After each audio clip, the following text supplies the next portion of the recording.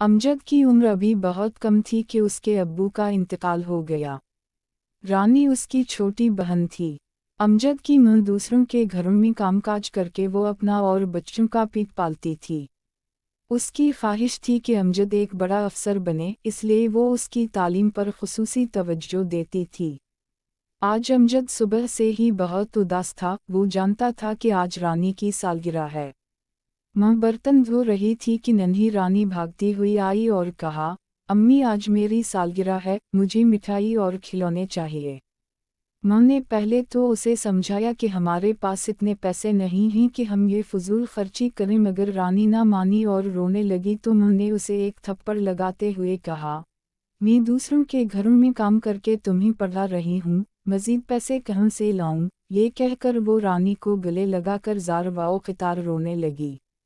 अमजद ये सब देख और सुन रहा था। वो चुपचाप उठा और घर से बाहर निकल गया।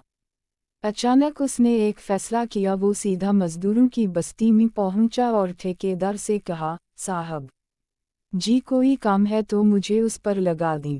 ठेकेदार बहुत रहमदिल था। उसने कहा, बेटा तुम तो अभी बहुत छोटे हो। इससे पहले कि वो अपनी बात पूरी करता, अमजद बोल उठा, सर आपकी मेहरबानी होगी, मुझे काम की सख्त ज़रूरत है। ठेकेदार ने उसकी बात सुनी और मान ली। फिर अमजद सारा दिन एक कमरे में सफेदी करता रहा। शाम को वो पूरे 200 रुपये लेकर बाजार गया। बहन के लिए मिठाई और फराक खरीदी और खुशी खुशी घर में दाखिल हुआ और रानी को आवाज़ें देने लगा। माँ ने वो चीज़ें देखीं तो अमजद को एक ज़ोरदार थप्पड़ मारा और बोली, तुमने ये चीज़ें कहाँ से लीं?